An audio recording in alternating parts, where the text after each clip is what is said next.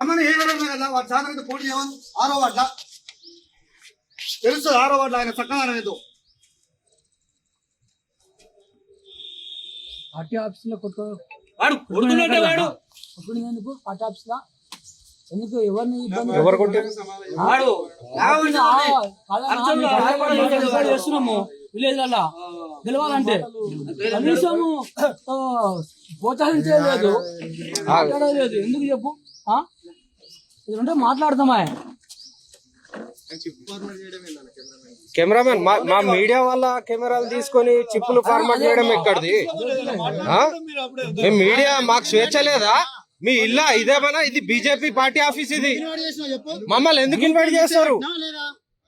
మేము మీడియా కదా మాకు కూడా స్వేచ్ఛ ఉంది మీ ఇంటి పార్టీ కాదు ఇది జాతీయ పార్టీ ఇది మా మీడియా మెంబర్ కార్డులు తీసుకొని ఫార్మాట్ చేసేంత ధైర్యం ఉందా మీకు కొట్టిండు అద్దాలు పోయిన వాడు నా మీద గుద్దిండు ఎందుకంటే ఇప్పుడైనా చెప్పలే పట్టుకుని క్షమాపణ చెప్పినాక నేను మొత్తం మనుషులందరినీ తీసుకొచ్చుకుంటాను నా బలం ఏందో చూపిస్తా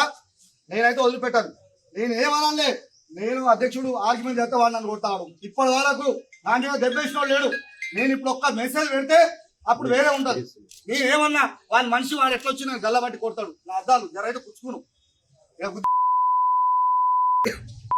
మాట్లాడుతారు ఎవరన్నా గుద్దింది ఎవరు మీకు పక్కీర్ మోరెడ్డి వాడు ఇంతమంది హాస్పిటల్లో పనిచేసేది నాగమర్షి హాస్పిటల్ పనిచేస్తే వాని జిల్లా ఉపాధ్యక్ష పదవి ఇచ్చిరు గొడవ గల కారణం ఏంది అసలు ఏం లేదు సర్పంచులు ఉప సర్పంచులు సన్మానము చేద్దామనంటే అధ్యక్షుడు పర్మిషన్ తీసుకొని ఇలా ప్రోగ్రామ్ మొత్తం డిజైన్ చేసిన ఇలా అందరికి శాల్వలు మెమంటోస్ అందరికి భోజనాలు పెట్టి